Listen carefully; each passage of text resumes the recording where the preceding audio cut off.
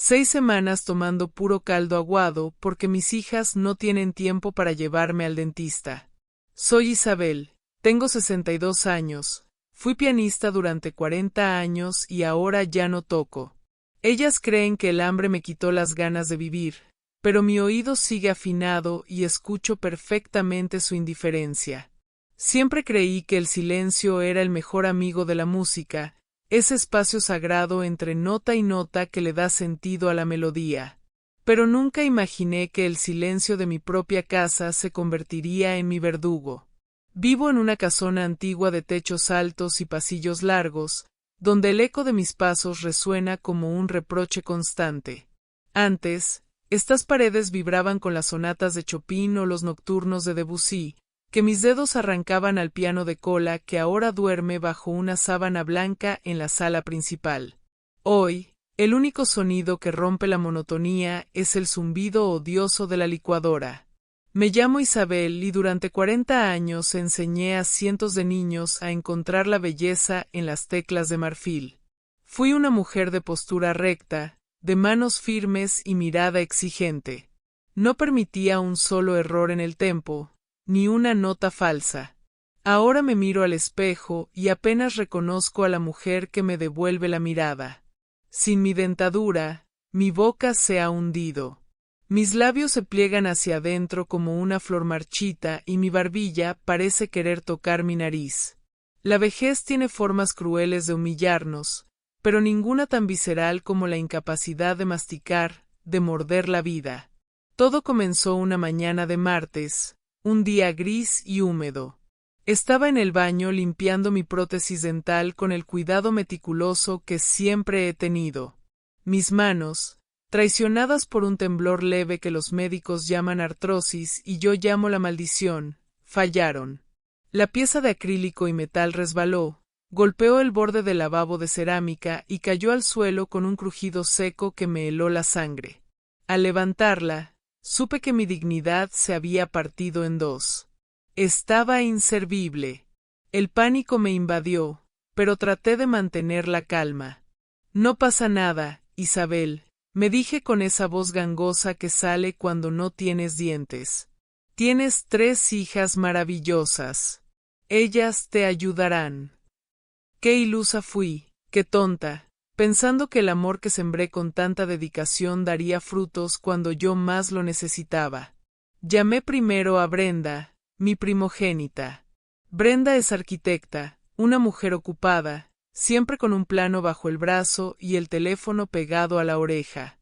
Mamá, ahorita no puedo. Estoy entrando a una reunión con los inversionistas del proyecto del centro. Me cortó antes de que pudiera explicarle bien. Se te rompieron, ay, qué mala suerte. Mira, esta semana es imposible. Tengo la agenda a reventar. Llámale a Lorena, ella tiene más tiempo libre. Te prometo que la próxima semana me hago un huequito. Colgué con un nudo en la garganta. La próxima semana, esa frase se convertiría en mi condena. Marqué el número de Lorena. Ella siempre fue la más cariñosa, la que me regalaba pañuelos de seda y perfumes caros en Navidad. Mami, qué gusto oírte. Su voz sonaba alegre, con música de fondo. Ay, no me digas eso. Pobre de mi viejita sin dientes. Pero escúchame, justo estoy saliendo para la casa de la playa con los chamacos. Es fin de semana largo, ¿te acuerdas? Ya tenemos todo en la camioneta. No puedo regresarme ahorita. Ricardo se pone furioso. Dile a Patricia, ella vive más cerca. Te juro que en cuanto regrese la próxima semana te llevo sin falta. La alegría de su voz me dolió más que el rechazo de Brenda. Para ella, mi urgencia era un inconveniente menor, algo que podía esperar mientras ella disfrutaba del sol y la arena. Finalmente, con los dedos temblorosos, llamé a Patricia, la menor, la que siempre decía ser la más responsable, la que se jactaba de cuidar a la familia. Mamá, por favor, otra vez con problemas médicos. Su tono era de exasperación pura. Acabo de cambiar de turno en el hospital. Estoy muerta de cansancio. Además, la camioneta está en el taller. ¿Por qué no tomas un taxi? Ah, cierto que no te gusta salir sola. Bueno, tendrás que esperar. No es una emergencia de vida o muerte. Nadie se muere por no tener dientes unos días. Come gelatina. La próxima semana vemos.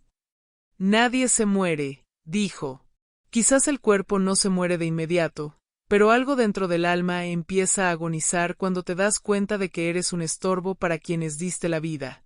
Pasó la primera semana.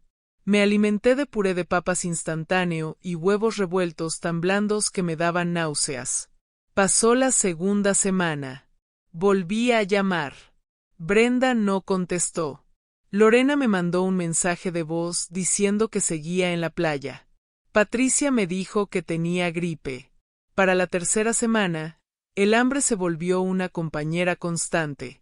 No era solo el vacío en el estómago, era el deseo desesperado de sentir texturas. Soñaba con morder una manzana, con el crujido de una tostada, con la resistencia de un trozo de carne. Mi dieta se redujo a sopas. Sopa de calabaza, sopa de verduras, sopa de pollo licuada hasta convertirse en una pasta grisácea y triste. La licuadora se convirtió en mi enemiga. Ese ruido infernal cada mañana y cada tarde me recordaba mi condición. Ahí iba mi dignidad, triturada junto con las zanahorias. Empecé a perder peso. La ropa me quedaba holgada. Mis pómulos se marcaron más, acentuando la falta de dentadura. Evitaba salir al porche si había gente pasando por la calle. No quería que nadie viera a la gran Isabel, la maestra de piano, convertida en una bruja de cuentos sin dientes. Cuarta semana. El teléfono dejó de sonar. Ellas ni siquiera llamaban para preguntar si ya había comido. Supuse que pensaban que alguien más lo había resuelto. Es la magia de diluir la responsabilidad entre tres. Ninguna se siente culpable porque asumen que la otra hermana se hizo cargo. Fue en la quinta semana cuando toqué fondo. Era un jueves por la tarde. El sol caía pesado sobre el jardín, ese jardín que era el orgullo de mi difunto esposo y que ahora yo mantenía a duras penas gracias a don Memo. Había intentado comer un pedazo de pan remojado en leche, un lujo que me quise dar, pero una migaja dura se clavó en mi encía desnuda y sensible. El dolor fue agudo, pero la frustración fue mayor. Tiré el plato al suelo. La leche salpicó mis pantuflas. El pan quedó hecho una masa grotesca en las baldosas de la cocina. Me senté en la silla de madera y lloré. Lloré no como una madre, sino como una niña abandonada. Lloré de hambre, de rabia, de soledad. Lloré porque tenía dinero en el banco, tenía una casa que valía millones, pero me sentía tan inútil, tan dependiente emocionalmente de esas tres mujeres, que no era capaz de pedir un taxi y enfrentarme al mundo sola, balbuceando direcciones con mi boca vacía. Me había convertido en prisionera de mi propia fragilidad. Salí al jardín trasero buscando aire, porque la cocina olía a leche agria y a tristeza. Me senté en el viejo banco de hierro forjado bajo la sombra del jacarandá. Me cubrí la cara con las manos, avergonzada de que hasta los pájaros me vieran así. Entonces escuché el sonido de las tijeras de podar detenerse. Doña Isabel, una voz grave y rasposa como piedra arrastrada por el río, rompió mi llanto. Era don Memo, mi jardinero, un hombre de unos 60 años, de piel curtida por el sol y manos que parecían raíces de árboles viejos. Llevaba trabajando conmigo 5 años, viniendo 2 veces por semana. Un hombre de pocas palabras que aceptaba su paga con una inclinación de cabeza y un gracias, patrona. Nunca habíamos cruzado más de 2 frases seguidas sobre el clima o las plagas de las rosas. Me sequé las lágrimas apresuradamente, tapándome la boca con el pañuelo. No es nada, don Memo. Siga trabajando, por favor. Intenté decir con autoridad, pero el siseo de mi voz al pronunciar las eses me delató. Sonó patético. Don Memo no se movió. Se quitó el sombrero de palma, lo sostuvo contra su pecho y se acercó unos pasos, respetando la distancia, pero con una mirada que nunca antes le había visto. No era lástima. Era una preocupación genuina, humana. Perdone que me meta, doña, dijo, mirando mis ojos enrojecidos y luego bajando la vista hacia mis manos temblorosas. Pero la he visto muy flaca estas semanas y ya no se oye el piano. Y hoy la oí tirar algo en la cocina. El silencio se estiró entre nosotros. El viento movió las hojas del jacarandá. Se me rompieron los dientes, don Memo, confesé. Y la verdad salió atropellada, sin filtro, porque ya no tenía fuerzas para mantener la fachada de la gran señora. Hace 5 semanas. No puedo comer. Mis hijas están muy ocupadas para llevarme al médico. Lo dije, lo solté al aire, y al decirlo, la vergüenza se transformó en algo más denso, más oscuro. Admitir en voz alta que mis hijas me habían abandonado a mi suerte dolía más que el hambre. Don Memo frunció el ceño. Sus ojos oscuros se entrecerraron y vi cómo sus mandíbulas se apretaban, marcando un músculo en su mejilla. Miró hacia la casa grande, vacía y silenciosa, y luego volvió a mirarme a mí, una anciana encogida en un banco de jardín. ¿5 semanas? Preguntó, y su voz tenía un tono de incredulidad y de enojo contenido. ¿Tomando pura sopa? Asentí, bajando la cabeza. Dicen que la próxima semana. Siempre es la próxima semana. Don Memo se puso el sombrero de nuevo con un movimiento decidido. Se sacudió las manos en el pantalón de trabajo manchado de tierra y pasto. Doña Isabel, con todo respeto, eso no está bien. Usted no puede estar así. Se nos va a enfermar de verdad. No tengo cómo ir, don Memo. No manejo. Y los taxis, me da vergüenza que me vean así. No me entienden cuando hablo. Mis excusas sonaban débiles, incluso para mis propios oídos. Eran las cadenas mentales que me había puesto. El jardinero miró su vieja camioneta estacionada en la entrada de servicio. Una Ford del año del caldo, despintada, con la caja llena de herramientas, sacos de abono y restos de poda.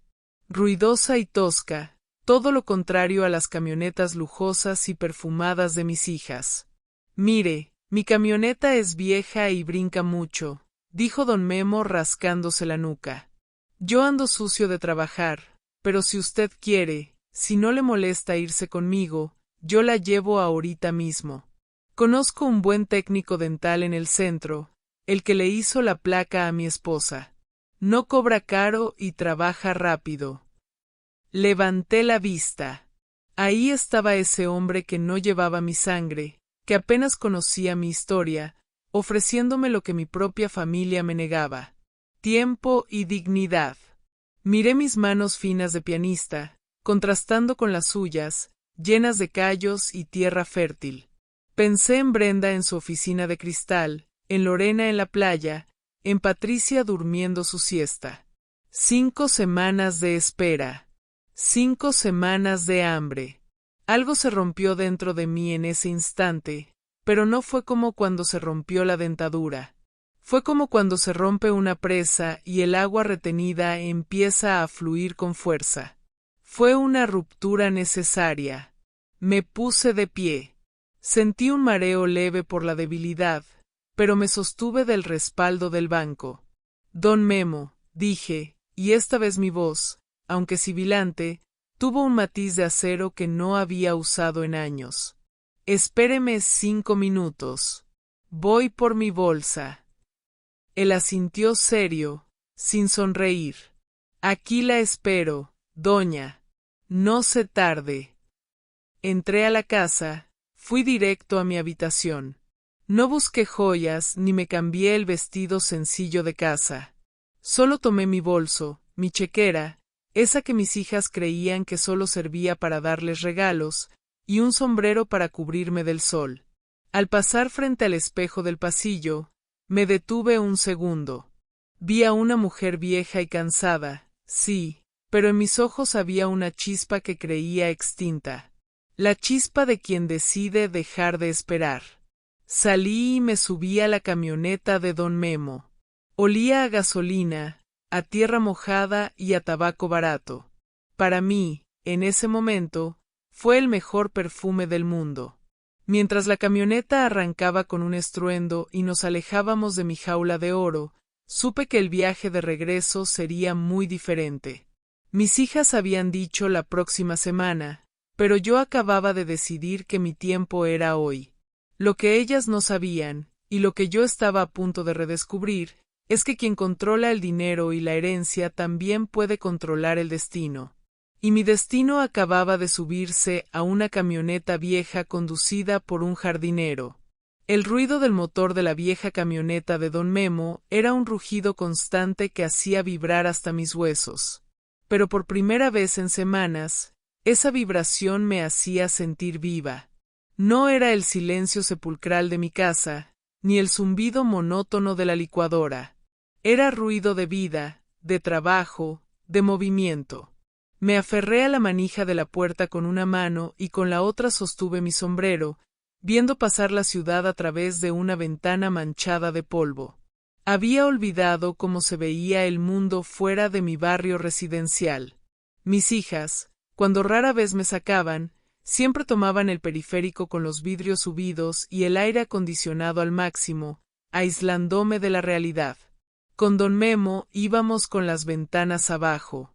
Entraba el olor a asfalto caliente, a puestos de comida callejera, a humo de microbús. Lejos de molestarme, esos aromas despertaron en mi estómago un rugido que competía con el motor. Ya casi llegamos, doña Isabel, gritó don Memo para hacerse oír sobre el estruendo.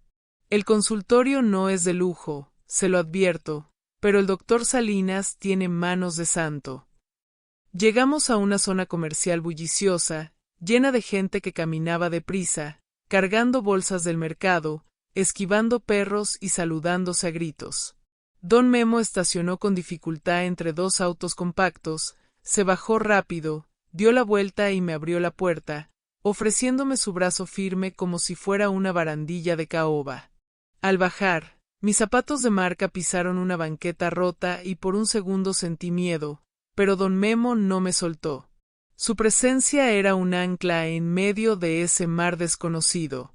El consultorio estaba en un segundo piso, encima de una farmacia. Subimos las escaleras despacio. No había elevador, ni recepcionista con uniforme impecable, ni revistas de moda en la mesa. Solo unas sillas de plástico y un ventilador de techo que giraba perezosamente. «Espere aquí, voy a hablar con él», dijo don Memo entrando por una puerta de vidrio esmerilado. Me quedé sola unos minutos observando el lugar.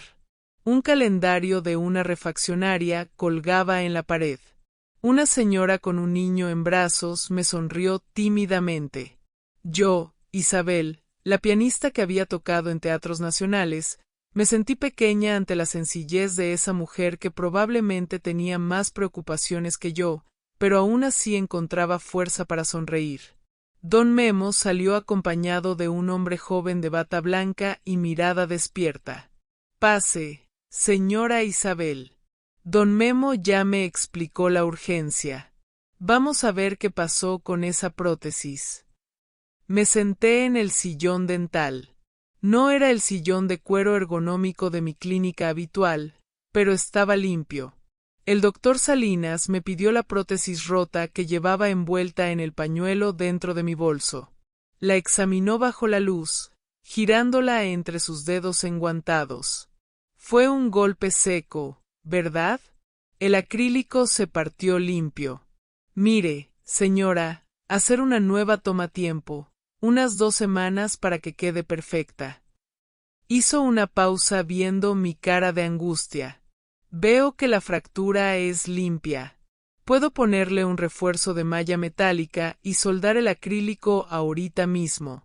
No será eterna, pero le servirá para comer hoy mismo y aguantará un buen tiempo si no come piedras. ¿Hoy mismo?, pregunté, y el siseo de mi voz me avergonzó de nuevo. En 1 hora, señora. Tengo el laboratorio aquí atrás. Mientras tanto, le voy a poner una base suave en las encías para que descansen. Se ven muy inflamadas. Asentí conteniendo las lágrimas. 1 hora. Solo 1 hora me separaba de mi dignidad. Mis hijas me habían hecho esperar 840 horas, y este desconocido me ofrecía una solución en 60 minutos. Mientras el doctor trabajaba en la trastienda, don Memo se quedó conmigo. No se sentó. Se quedó de pie junto a la ventana, vigilando la camioneta y, sospecho, vigilándome a mí. ¿Tiene hambre, doña?, preguntó de repente. Mucha, don Memo. Tanta que duele. Ahorita saliendo vamos por unos tacos de canasta. Aquí a la vuelta venden unos de chicharrón que levantan a un muerto. Sonreí cubriéndome la boca con la mano por costumbre. La idea de un taco de chicharrón, algo que en mi vida anterior habría considerado grasa innecesaria, me pareció el manjar más exquisito del universo.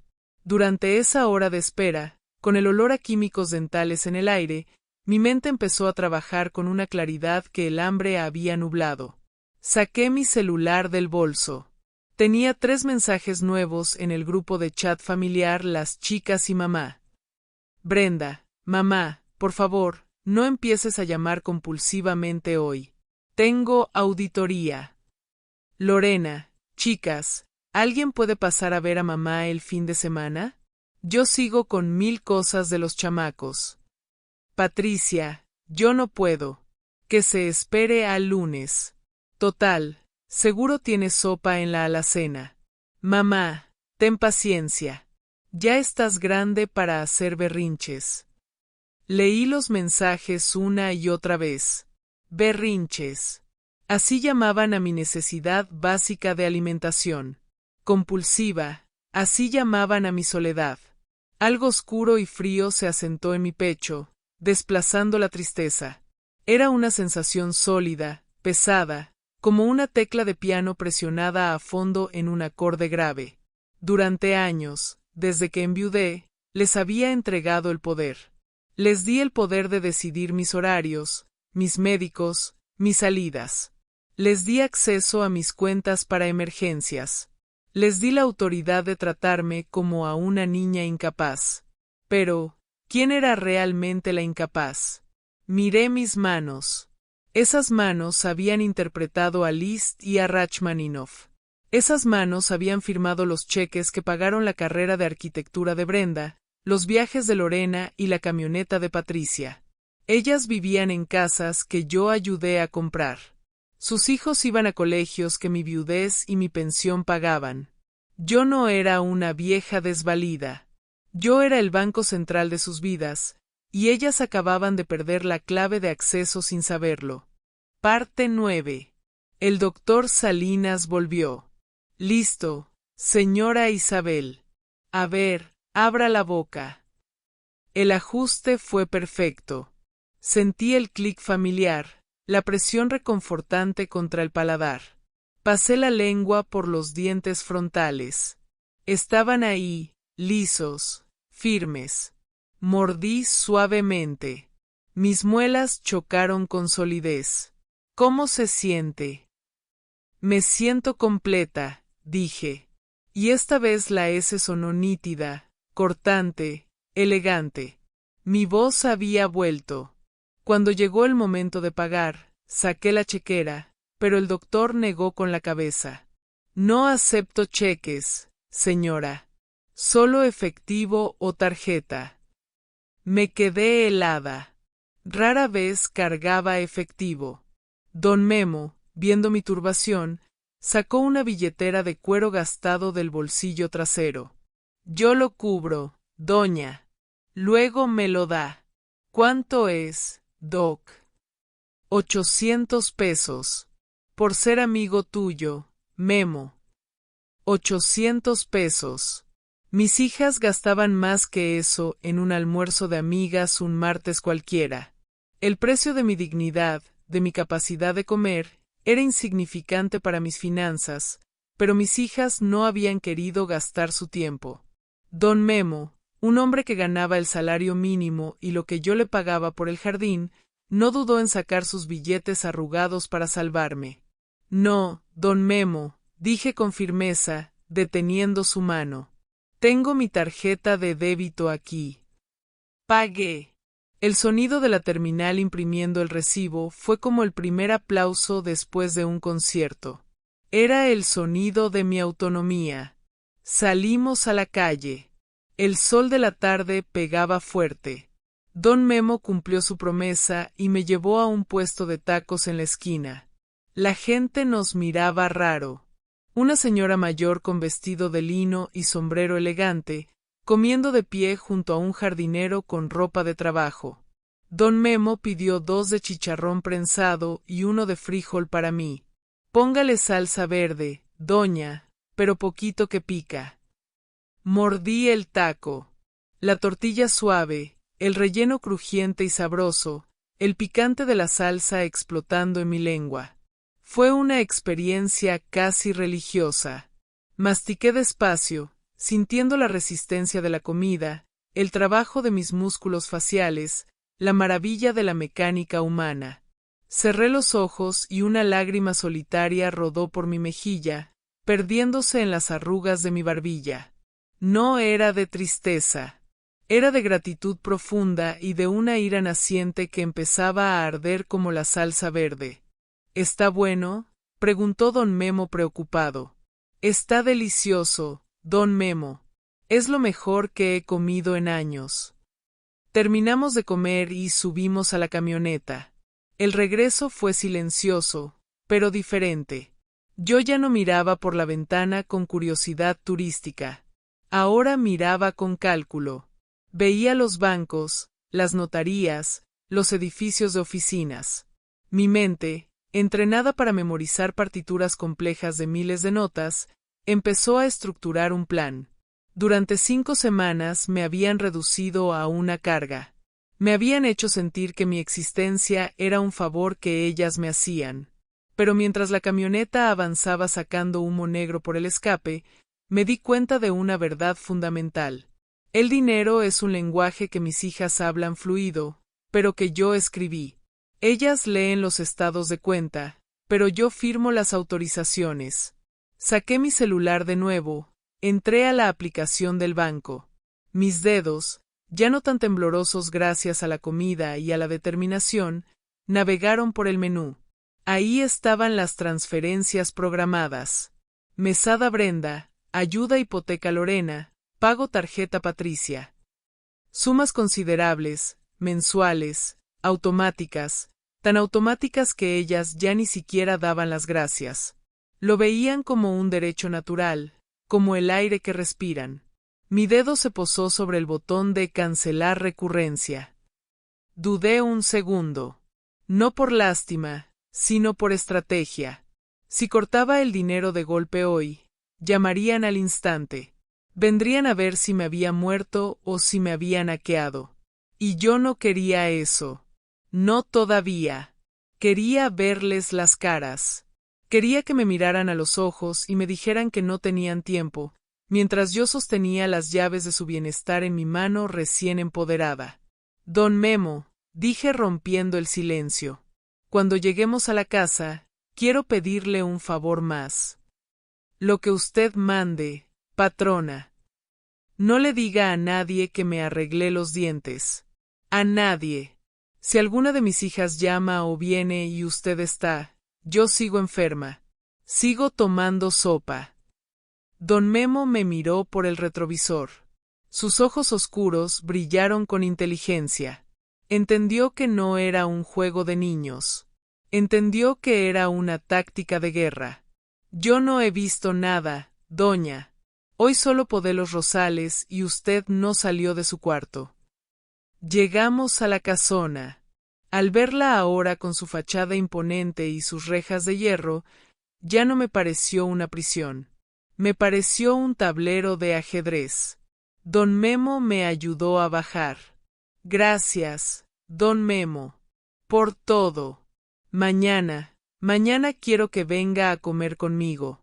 No aquí en el jardín, en el comedor. Él se quitó el sombrero sorprendido. Doña, no creo que sea correcto. Es mi casa, don Memo, y yo decido quién se sienta a mi mesa. Usted ha hecho más por mí en 3 horas que mi sangre en un mes. Mañana comemos estofado de res. Carne suave, pero carne. Entré a mi casa. El silencio me recibió de nuevo, pero esta vez no me aplastó. Mis pasos resonaron en el pasillo de mármol. Tac, tac, tac. Fui directo a la cocina. La licuadora estaba allí sobre la barra, burlona.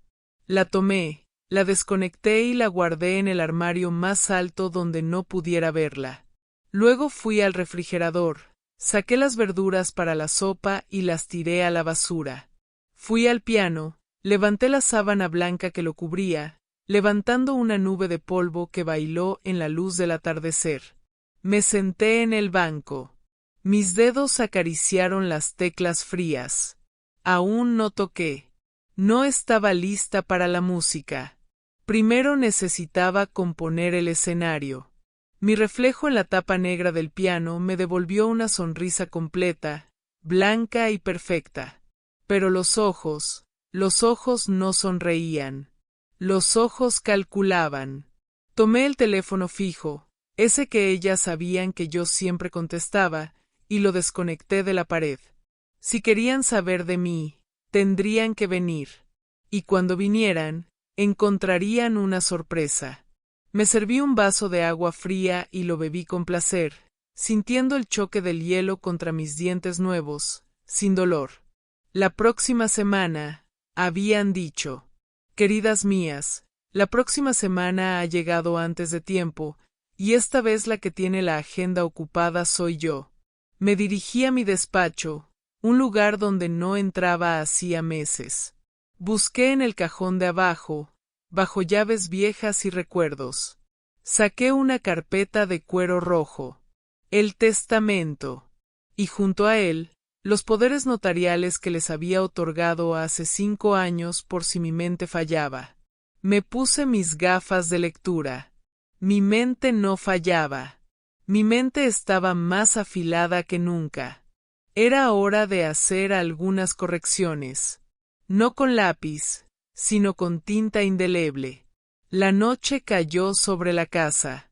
Por primera vez en 5 semanas, no me fui a la cama con el estómago vacío y el corazón roto.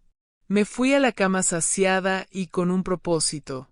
Mañana empezaría la ejecución silenciosa.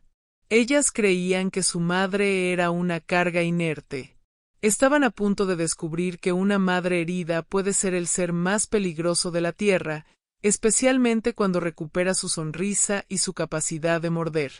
Cerré los ojos y dormí profundamente, soñando con filetes jugosos y con la cara de Brenda cuando su tarjeta de crédito fuera rechazada. La mañana siguiente no tuvo el color gris de la resignación, sino el brillo dorado de una tostada recién hecha. Me desperté antes que el sol, impulsada por una energía que no sentía desde mis tiempos de conciertos en el teatro de la ciudad.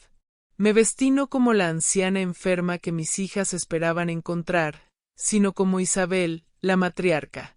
Elegí mi traje sastre color azul marino, ese que tiene botones dorados y hombreras firmes.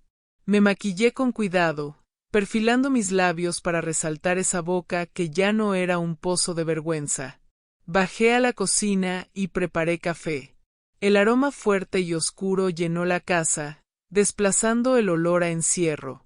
Cuando mordí la primera tostada con mantequilla, el sonido crack dentro de mi cabeza fue más dulce que cualquier sinfonía de Beethoven. Masticar, triturar. Algo tan básico y animal, pero que me devolvía la humanidad. A las 9 en punto, la camioneta de don Memo rugió en la entrada. Salí con mi bolso de piel y mis gafas oscuras.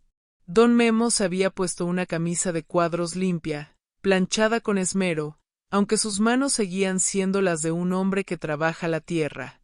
«Buenos días, doña Isabel. ¿Lista para el trámite?», preguntó al abrirme la puerta. «Más lista que nunca, don Memo. Al banco, por favor». El viaje fue una declaración de principios. Yo, sentada erguida en esa camioneta vieja que brincaba en cada bache, sentía que iba en una carroza de guerra. Llegamos al banco. El guardia de seguridad se sorprendió al verme bajar de aquel vehículo, pero mi porte lo hizo cuadrarse y abrirme la puerta. Pedí hablar con el gerente, el señor Valladares. «Señora Isabel, qué milagro», exclamó Valladares, un hombrecito calvo y nervioso que siempre sudaba cuando hablaba de dinero. «Sus hijas me habían comentado que estaba usted muy delicada de salud, que ya no salía». Me quité las gafas oscuras y lo miré fijamente. Sonreí, mostrando mis dientes perfectos, y hablé con una dicción impecable. «Como verá, Ricardo, los rumores sobre mi decrepitud han sido exagerados. Estoy aquí porque necesito hacer unos cambios en mis cuentas. Cambios inmediatos». Pasé la siguiente hora firmando papeles. Mi pulso no tembló. Revoqué los poderes que permitían a Brenda y Patricia firmar en mi nombre. Cancelé las tarjetas de crédito adicionales que Lorena usaba para sus gastos de representación. Y lo más importante, cambié las claves de acceso a la banca en línea. «¿Está segura, señora?», preguntó Valladares, secándose la frente con un pañuelo. «Esto va a causar inconvenientes a sus beneficiarias. Las transferencias automáticas de las mesadas se detendrán hoy mismo». «No son mesadas, Ricardo. Eran regalos. Y los regalos se dan cuando uno quiere, no cuando se exigen. Proceda». Salí del banco con una ligereza en el pecho que me hacía sentir 20 años más joven. Había cerrado el grifo. La ejecución había comenzado, y ellas ni siquiera lo sabían. De regreso a casa paramos en el mercado. Compré carne de res, papas, zanahorias frescas, especias y una botella de vino tinto. Don Memo cargaba las bolsas mirándome con una mezcla de admiración y temor. «Doña, ¿no cree que se van a enojar?» «Que se enojen, don Memo. El enojo requiere energía, y yo ya no voy a gastar la mía en apaciguarlas. Hoy usted y yo vamos a comer como Dios manda». Y así fue. Esa tarde, mientras el aroma del estofado llenaba mi casa y don Memo y yo compartíamos la mesa como iguales, supe que había recuperado más que mis dientes. Había recuperado mi dignidad, mi voz y mi poder. Mis hijas aprenderían, tarde o temprano, que el respeto no se hereda, se gana. ¿Y tú, qué opinas de esta historia? Si te llegó al corazón, si te hizo reflexionar sobre cómo tratamos a nuestros padres y madres, dale like y suscríbete al canal. Aquí compartimos historias en primera persona que nos recuerdan lo importante: la familia, el respeto y la dignidad no tienen precio. Activa la campanita para no perderte ninguna historia. Nos vemos en el próximo relato. Hasta pronto.